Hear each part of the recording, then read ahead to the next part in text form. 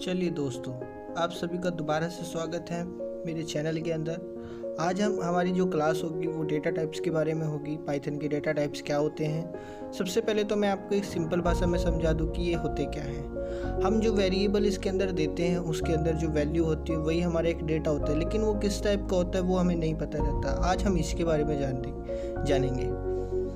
अब इसमें मैं आपको बता दूं कि फॉर एग्ज़ाम्पल अगर यहाँ पे मैं एक नेम ले लेता हूँ इस तरीके से, और यहाँ पे मैंने इसको एक नाम दे दिया। उसके बाद यहाँ पे मैं एक और ले लेता हूँ एज, कुछ इस तरीके से, और उसके बाद यहाँ पे हम परसेंटेज ले लेते हैं। अब मैं आपको बता दूं कि जो हम इनके अंदर डेटा दिया हुआ है ये सब अलग अलग होता है। जैसे कि हम नेम देते हैं वो लेटर में देते हैं, और जो हम इसमें एज देते हैं वो नंबर में देते हैं। तो इन दोनों में हमारे पास बहुत डिफरेंस हो जाता है, क्योंकि दोनों के डेटा हमारे अलग अलग टाइप के। अब इसके टाइप हमारे पास बहुत सारे होते हैं, जैसे कि नंबर होता है, ठीक है। उसके बाद यहाँ पे हमारे पास आता है स्ट्रिंग आता है, और उसके बाद यहाँ पे लिस्ट आता है, टपल आता है, डिक्शनरी आता है, और सेट होता है इसमें। तो ये 6 टाइप के हमारे इसके और भी टाइप होते हैं। तो 1 बाय 1 हम इनके बारे में पढ़ेंगे ताकि आपको और अच्छे से पता चल जाए। तो सबसे पहले हम इसमें देखेंगे अपने इसके अंदर नंबर के बारे में कि नंबर क्या होता है। अब नंबर डेटा टाइप के भी हमारे और भी डेटा टाइप होते हैं, जैसे कि इंटीजर नंबर, उसके बाद आता है हमारे पास फ्लोटिंग पॉइंट नंबर, और उसके बाद यहाँ पे आता है हमारे पास कॉम्प्लेक्स नंबर। तो तीनों हमारे पास डेटा टाइप होते हैं इसके भी नंबर के। तो सबसे पहले तो मैं आपको इनकी डेफिनेशन के बारे में बता देता हूँ कि इनकी डेफिनेशन क्या हमारे पास है। अब देखो इंटीजर नंबर क्या होते हैं उनके बारे में जानते हैं। अब जो हमारे इंटीजर नंबर होते हैं ये हमारे पास एक सिंपल न्यूमेरिक वैल्यू होती है, जो कि नेगेटिव पॉजिटिव को दोनों प्रकार की होती है। उसके बाद हमारे पास आगे आता है इसमें फ्लोटिंग पॉइंट नंबर। इसमें क्या होता है कि हमारे पास ये दशमलव वैल्यू होती है। इसमें अगर हम कोई भी नंबर डालते हैं उसके अंदर अगर पॉइंट लगा होता है वही हमारी एक फ्लोटिंग पॉइंट नंबर होता है। ये भी नेगेटिव पॉजिटिव दोनों प्रकार की होती है। उसके बाद आता है हमारे पास कॉम्प्लेक्स नंबर। ये हमारे पास इसके दो पार्ट होते हैं, पहला रियल पार्ट, दूसरा इमेजिनरी पार्ट होता है, ठीक है। तो इनको हम क्या करेंगे, हम इनका प्रैक्टिकल जब हम करेंगे तो आपको और अच्छे से इसमें समझ में आ जाएगा। चलिए इसका प्रैक्टिकल करते हैं। तो यहाँ पे हम पढ़ेंगे सबसे पहले तो इंटीजर नंबर के बारे में। तो यहाँ पे मैं a डाल देता हूँ, उसके बाद बराबर करके 8 डाल देता हूँ। मैंने एक वैल्यू डाल दी यहाँ पे, और उसके बाद आगे जा करके मैं यहाँ पे डाल देता हूँ b, और यहाँ पे मैं नंबर लूँगा, लेकिन ये हम थोड़ा बड़ा नंबर लेंगे ताकि आपको पता चल जाए कि एक जैसा नंबर नहीं लेंगे। अब मान लीजिए मुझे इसका एक टाइप नहीं पता है, तो टाइप जानना है, तो टाइप कैसे जानेंगे। तो आपको यहाँ पे सिंपल क्या लिखना पड़ेगा, आपको प्रिंट नहीं लिखना है, आपको यहाँ पे लिखना है टाइप, और पैरेंथेसिस के अंदर आपको नॉर्मल सा a डाल देना है। तो मैं डाल देता हूँ, ये इसके इक्वल नहीं आएगा। ये डाल करके आपको एंटर कर देना है। तो यहाँ पे आपको ये बता रहा है कि ये हमारी इंटीजर नंबर है। हम दूसरी वैल्यू को भी सेम कंडीशन ऐसे ही करेंगे। आपको यहाँ पे दोबारा से टाइप लिखना है, और पैरेंथेसिस के अंदर आपको क्या करना है, b पुट करके यहाँ पे एंटर कर देना है। तो आपको ये भी बता देगा कि ये भी हमारे एक इंटीजर नंबर है, ठीक है। अब देखते हैं कि अगर हम इसको फ्लोट में चेंज करें तो कैसे करेंगे। तो आपको यहाँ पे नॉर्मल सा लिखना पड़ेगा फ्लोट इस तरीके से, और पैरेंथेसिस के अंदर आपको a डाल देना। हम a को करना चाहते हैं, और एंटर कर देंगे तो ध्यान से देखो 8.0 यहाँ पे हमारे पास आ चुका है।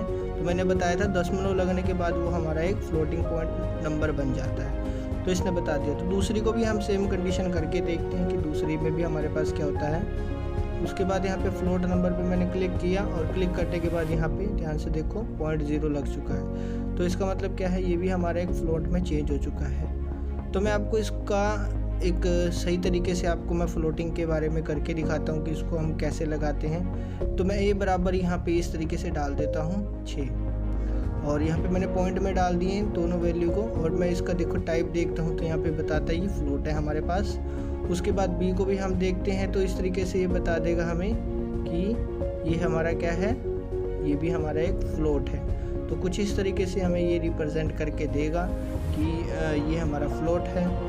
ठीक है, अगर आप इसको इंटीजर में चेंज करना चाहते हो तो आप सेम कंडीशन उसका अपोजिट भी कर सकते हो, आप इसको इंटीजर में चेंज कर सकते हो। तो मैं यहाँ पे इंटीजर लगा करके यहाँ पे देखो मैं आपको बता देता हूँ, इसने पॉइंट हटा दिया है तो यहाँ पे आपको दिखाई दे रहा होगा कि यहाँ पे ये इंटीजर में चेंज हो चुका है। ठीक है, उसके बाद जो नेक्स्ट हमारे पास आता है वो आता है कॉम्प्लेक्स नंबर। कॉम्प्लेक्स नंबर में आपको कॉम्प्लेक्स नंबर में क्या होता है कि यहाँ पे आपको a बराबर यहाँ पे 4 + J6 कर देना है कुछ इस तरीके से।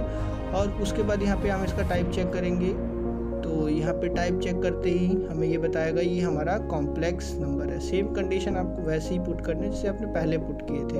अब मैं आपको इसमें एक चीज़ बता देता हूँ कि जो हमारे पास यहाँ पे 4 दिया गया है वो हमारे पास रियल पार्ट होता है, और जो 6 और J दिया गया है ये हमारे पास इमेजिनरी पार्ट होता है। ये मैंने आपको पहले डेफिनेशन में पढ़ाया था सभी को। ठीक है, तो इसके बारे में भी आपको पता होना बहुत ज़रूरी। चलिए दोस्तों, आगे हमारे पास इसमें आता है स्ट्रिंग। अब मैं आपको स्ट्रिंग के बारे में समझा देता हूँ क्या होता है ये। स्ट्रिंग हमारा एक कैरेक्टर्स का सेट होता है जिसमें काफ़ी सारे कैरेक्टर होते हैं, जैसे लेटर, नंबर या स्पेशल सिंबल्स होते हैं। अब मैं आपको बता दूँ इनको हम डबल कोट या सिंगल कोट में भी हम इसको लिख सकते हैं। ठीक है, अब इसमें आपको एक चीज़ मैं और बता दूं कि प्रोग्रामिंग लैंग्वेज में स्ट्रिंग को इंडेक्स में प्रिंट किया जाता था, उसी तरह से हम पाइथन में भी स्ट्रिंग को इंडेक्स में प्रिंट कर सकते हैं। अब जो हमारे पास स्ट्रिंग के पहला करैक्टर होता है वो 0 से स्टार्ट होता है, इंडेक्स 0 से स्टार्ट होता है। और जो हमारे पास इसका लास्ट वाला होता है वो हमारे पास इंडेक्स -1 से स्टार्ट होता है। ठीक है, जो हमारे पास 0 से स्टार्ट होता है उसको हम बोलते हैं पॉजिटिव इंडेक्स, और जो हमारे पास -1 से स्टार्ट होता है उसको हम बोलते हैं नेगेटिव इंडेक्स। तो ये भी आपको पता चल गया। अब इसमें मैं क्या करता हूँ, यहाँ पे मैं कुछ इस तरीके से इसमें डाल देता हूँ। प्रैक्टिकल देखते हैं इसका। तो मैंने यहाँ पे कुछ इस तरीके से नेम डाल दिया है और यहाँ पे दीपक डाल दिया है। मैं स्ट्रिंग डालता हूँ। अगर मुझे इसको प्रिंट कराना है तो मैं कुछ इस तरीके से इसको प्रिंट करा दूँगा। ठीक है, अब यहाँ पे मुझे नेम लिखना पड़ेगा, नेम 3 नेम, और उसके बाद इस तरीके से हम इसको प्रिंट करेंगे। तो यहाँ पे हम प्रिंट करते हैं इसको, तो हमारे पास इस तरीके से आ जाएगा। हम इसको इस तरह से भी लिख सकते हैं कि नेम और प्लस करके यहाँ पे नेम 2 कर सकते हैं। यहाँ पे हम तो एंटर करेंगे तो नेम 1 नेम 2 करके यहाँ पे हमें प्रिंट करके दे देगा ये कुछ इस तरीके से। ठीक है, तो ये तो हमारा था स्ट्रिंग। अगर आपको मान लीजिए इसकी अगर आपको लेंथ देखनी है या मैक्सिमम वैल्यू देखनी है कौन सी है इसमें, तो वो चीज़ आप देख सकते हो। तो मुझे इसकी लेंथ चेक करनी है, तो मैं यहाँ पे जो मैंने नेम लिख रखा है इसकी लेंथ क्या है, तो यहाँ पे हम डाल करके एंटर कर देंगे। तो यहाँ पे आपको बताएगा कि हमारे पास इसकी लेंथ जो है वो 6 है। ठीक है, दूसरे की भी हम चेक कर सकते हैं कुछ इस तरीके से। तो यहाँ पे मैं लिख करके दिखाता हूँ आपको। मैंने यहाँ पे लिखा कुछ इस तरीके से,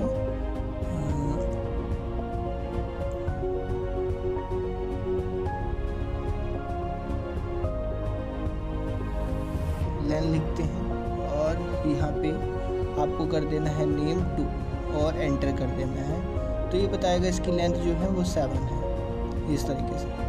उसके बाद मैं यहाँ पे नम नाम का एक वेरिएबल बनाता हूँ और उसके बाद यहाँ पे मैं इसके अंदर डाल देता हूँ नंबर कुछ इस तरीके से, और इसको मैं बंद कर देता हूँ। अब मुझे इसकी लेंथ जाननी है, तो यहाँ पे मुझे लाइन लिखना पड़ेगा और नम को अंदर की ओर डाल देना है और एंटर कर देना है। तो ये आपको बता देगा इसकी जो लेंथ है वो 17 है। ठीक है ना, तो कुछ इस तरीके से ये काम करता है। तो आप इस तरीके से काम कर सकते हो। अगर आपको जानना है कि इसके अंदर से सबसे बड़ी वैल्यू कौन सी है, तो आप मैक्स लिख करके यहाँ पे नम अंदर डाल करके और एंटर कर दोगे तो बताएगा कि सबसे बड़ी वैल्यू 9 है हमारे पास। उसके बाद आगे हमारे पास इसमें आता है नेम, और यहाँ पे मैं डाल देता हूँ दीपक, कुछ इस तरीके से डाल देते हैं हम इसके अंदर। और आगे मेरे पास प्रिंट हम इसको करेंगे तो इस तरीके से हमें प्रिंट करके ये दे देगा। ठीक है, अब यहाँ पे मैंने इस तरीके से नेम डाल करके एंटर कर दिया है। और अगर आप जानना चाहते हो इसके अंदर की कोई भी लेटर अगर आप इसका प्रिंट करना चाहते हो तो आपको ब्रैकेट के अंदर 3 डाल देना है और एंटर कर देना है इस तरीके से। तो आप बीच में से कोई भी लेटर आप इसका प्रिंट करा सकते हो। तो ये हमारे पास होता है पॉजिटिव इंडेक्स। तो हम इंडेक्स की सहायता से ये काम कर रहे हैं। ठीक है, अगर आप कोई और कराना चाहते हो तो नेम आपको इसके अंदर डालना पड़ेगा और उस ब्रैकेट के अंदर आपको वो पोजीशन डालनी है इसकी। तो मैं यहाँ पे डाल देता हूँ और एंटर कर देता हूँ। तो मैंने पोजीशन डाली तो इस तरीके से इसने करके दिखा दिया है। ठीक है, अगर आप माइनस के लिए भी ये काम करना चाहते हो तो माइनस के लिए भी आप इसको कर सकते हो इस तरीके से। तो ये एंटर करके हमें दे देगा। तो ये कहाँ से स्टार्ट हो रहा है, -1 से, यानी कि पीछे से स्टार्ट हो रहा है। ठीक है, तो इस तरीके से हमारे पास ये काम करता है। आप इसका और भी निकाल करके देख सकते हो। इसको हम बोलते हैं नेगेटिव इंडेक्स। ठीक है, तो आपको समझ में आ गया होगा कि किस तरह से हम इसको प्रिंट करा सकते हैं। अगर आपको इसकी स्लाइसिंग करनी है तो स्लाइसिंग भी आप इसकी कर सकते हो। तो यहाँ पे प्रिंट नेम और 1 यहाँ पे कॉलन लगा करके एंटर करता हूँ। तो ध्यान से देखो, एक लेटर को छोड़ करके बाकी सब इसने यहाँ पे हमें दिखा दिया है। अब प्रिंट करके देखते हैं आगे, दूसरी तरह से करके देखते हैं। मैं चाहता हूँ कि यहाँ पे 2 से 4 तक दिखना चाहिए मुझे और एंटर कर देना है। तो यहाँ पे ध्यान से देखो, इसने 2 से लेके 4 तक के लेटर हमें यहाँ पे दिखा दिया है। तो यहाँ पे ई और पी है 4 के बीच में, तो यहाँ पे इसने दिखा दिया। ठीक है, एक और करके देखते हैं यहाँ पे। तो यहाँ पे नेम लिखता हूँ। ध्यान से देखो, 0 किया तो इसने डी मुझे दिखा दिया, क्योंकि 0 हमारे पास ये पॉजिटिव है, 0 से स्टार्ट होता है, तो इसलिए इसने डी दिखाया मुझे। प्रिंट करते हैं दोबारा से। मैं यहाँ पे लिख देता हूँ 0 5। तो 0 से लेकर के 4 तक का हमें ये दिखा देगा। तो ध्यान से देखो, 0 से 4 तक तो इसने गिना और यहाँ पे दिखा दिया। अगर आप चेक करना चाहते हो कि इसके अंदर कोई लेटर है या नहीं है, तो आप इस तरीके से इसको चेक कर सकते हो। आपको यहाँ पे डबल इन्वर्टेड कोमा के अंदर आपको ई डालना है और इन नेम लिखना है कि चेक करना है इसके अंदर है कि नहीं। तो ये अगर होगा तो ट्रू दे देगा, अगर नहीं होगा तो फॉल्स की कंडीशन हमें दे देगा। अब मैं जे देखता हूँ इसके अंदर है कि नहीं, तो यहाँ पे मैं डाल देता हूँ। तो ध्यान से देखो, इसने बताया है कि फॉल्स, इसके अंदर फॉल्स बताया इसने, क्योंकि इसके अंदर ये नहीं है जे। नेक्स्ट क्लास जो हम करेंगे